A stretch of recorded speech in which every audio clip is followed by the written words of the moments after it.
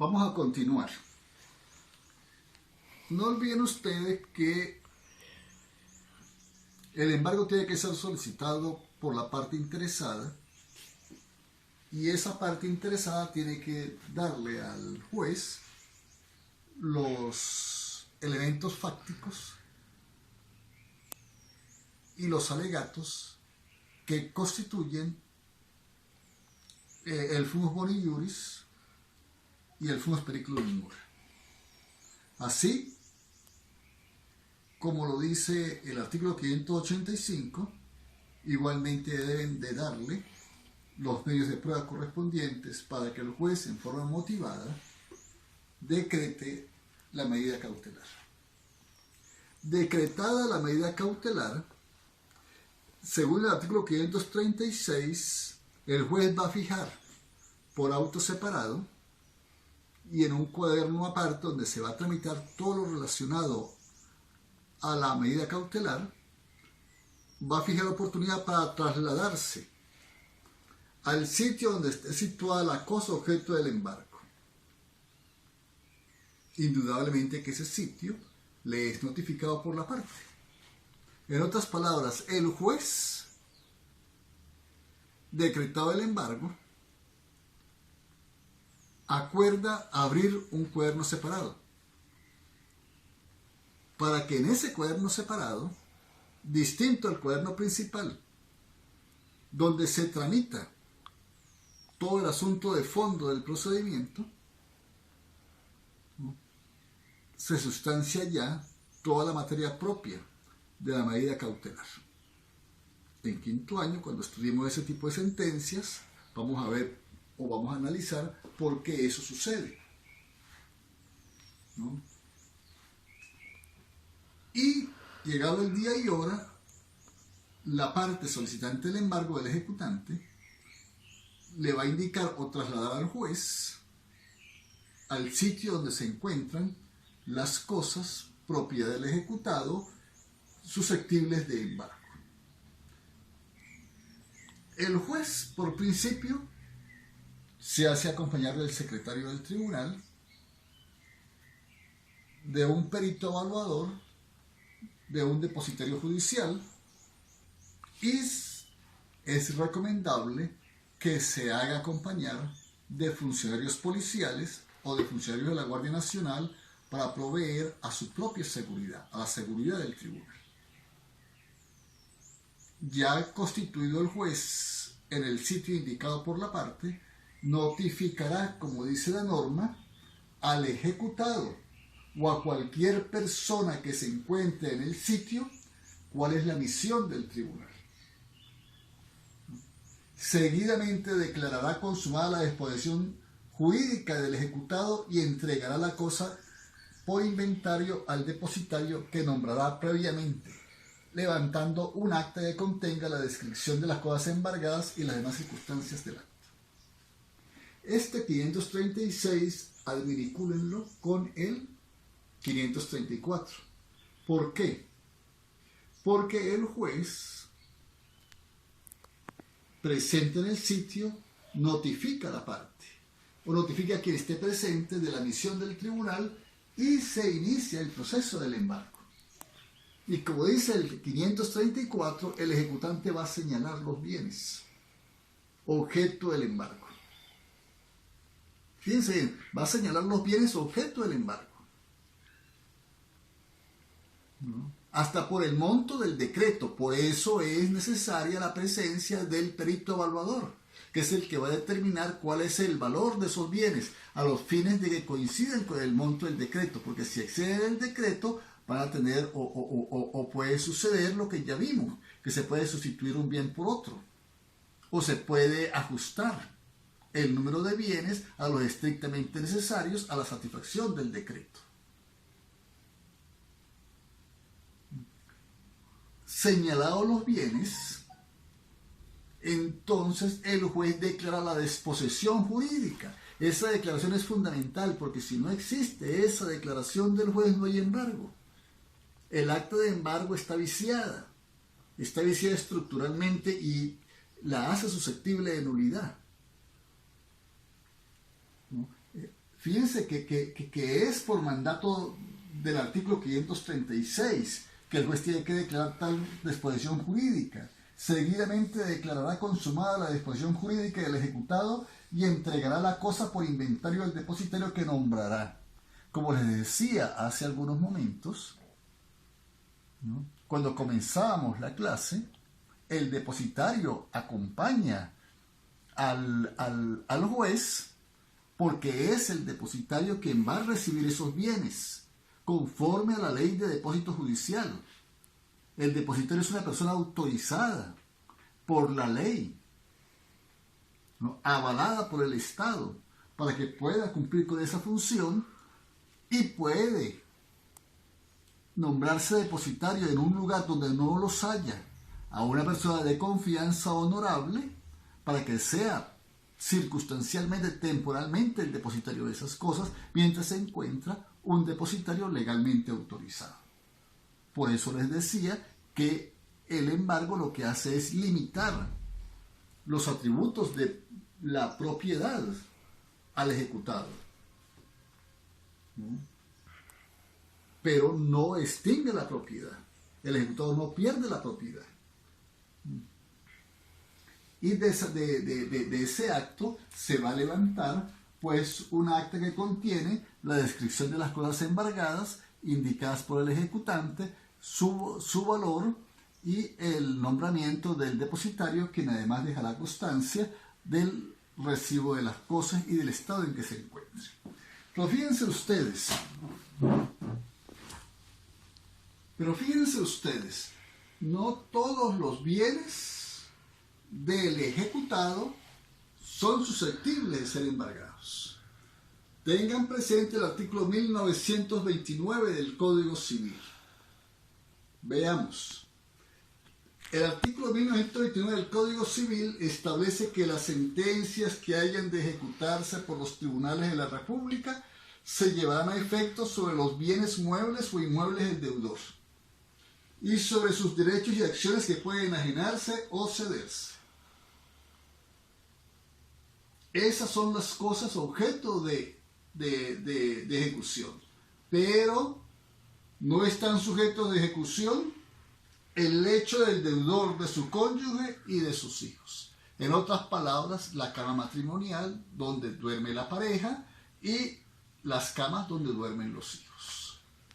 Pero fíjense que está restringido al grupo estrictamente familiar: papá, mamá y los hijos. El lecho del deudor, de su cónyuge y de sus hijos. Esos bienes no son susceptibles de ejecución. En segundo lugar, la ropa de uso de las mismas personas y los muebles y enseres de que estrictamente necesiten el deudor y su familia. Bueno, pues, es decir, nadie va a embargar una ropa usada, unos zapatos usados. Imagínense una ropa interior usada. Eso es vulgar, embargar esas cosas. Eso está prohibido, eso no se puede embargar. No. La ropa de uso de las personas y los muebles y enseres que estrictamente necesiten el deudor y su familia.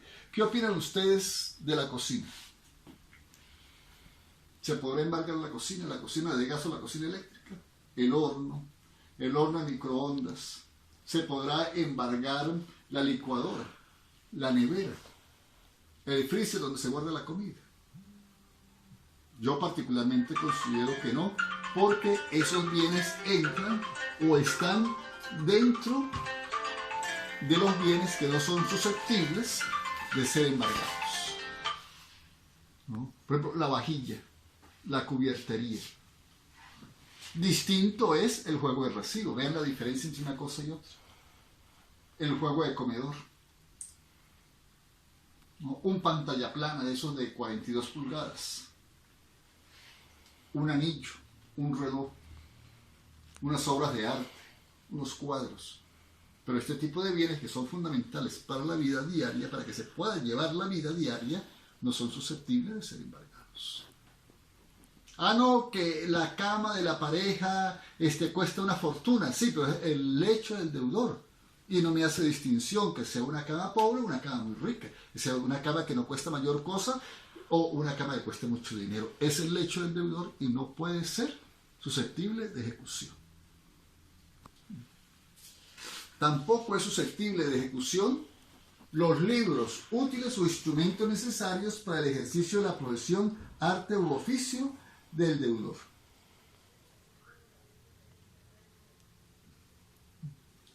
Estos libros, yo trabajo con esto, con esta computadora, con este teléfono. Eso no puede ser embargado, no nos puede ser embargados, porque nosotros vivimos de esto. Esto es nuestro trabajo. Al médico no se le puede embargar su estuche de cirugía, su microscopio, su equipo técnico, sus libros. Eso no se puede embargar, porque esos son los medios de trabajo del abogado, del médico, del bioanalista, ¿no? Es decir, los equipos esos para hacer los exámenes de sangre de un bioanalista no se pueden embargar. El caso del taxista, al taxista no se le puede embargar el taxi, salvo las excepciones de ley. Por ejemplo, que haya comprado el taxi y no haya pagado las cuotas al vendedor original. Eso es otra cosa. Pero un tercero no puede embargar ese taxi, porque ese es el medio de trabajo del deudor. Fíjense ustedes, yo soy abogado, nosotros somos abogados, pero resulta que a nosotros nos gusta, qué sé yo, la mecánica. Claro, nos lo pasamos metidos allá en el carro, hurgando el carro, y tenemos una caja de herramientas así de grande, la más bella que nos mandaron de Estados Unidos. Nosotros vivimos de la mecánica o vivimos de la abogacía. No nos pueden embargar la computadora, el teléfono celular, la biblioteca, todo, es decir, todas las cosas que son propias de nuestro trabajo. Pero esa caja de herramientas sí nos la pueden embargar porque nosotros no vivimos de la mecánica. ¿Estamos claros? Es decir, los medios de trabajo del ejecutado no son susceptibles de ser embargados. Los libros, útiles o instrumentos necesarios para el ejercicio de la profesión, arte u oficio del deudor no son susceptibles de embargo. Los 2/3 del sueldo, bueno, esto sí que esta norma es inconstitucional. ¿Por qué? Porque la Constitución del año 99 prohibió el embargo de sueldos y salarios. No se les olvide eso, porque algunos alumnos, cuando les piden el examen que me indique qué bienes no son susceptibles del embargo, me hablan de esto, y no. La Constitución de 1999 prohibió el embargo de sueldos y salarios con la excepción de cuando sean necesarios para atender obligaciones familiares, por ejemplo, en materia de pensión de alimentos. Pero en los demás casos no es posible hacer el embargo. Una norma semejante a esta está en el Código de Procedimiento Civil, la vamos a ver más adelante, que establece la forma de embargar sueldos y salarios. Pues esa norma, en cuanto a ese punto en particular, es igualmente inconstitucional. Ahí, en este caso, y en el caso del Código de Procedimiento Civil, ocurrió la nulidad virtual de la norma en esta materia por inconstitucionalidad sobrevenida. No se les olvide eso. Quien escriba eso en un examen o quien lo diga en un examen oral no va para el baile. Se lo estoy advirtiendo porque la Constitución prohibió el embargo de sueldos y salarios. Esta norma y la del Código de Procedimiento Civil que la desarrolla han sido sujetas de una inconstitucionalidad parcial de una nulidad por inconstitucionalidad sobrevenida. Estaban vigentes, tenían todos sus efectos jurídicos hasta el año 99. A partir del año 99, cuando se aprobó la Constitución, quedaron anuladas por inconstitucionalidad sobrevenida. Ahora bien, que no se pueden en términos absolutos embargar sueldos y salarios, pues no.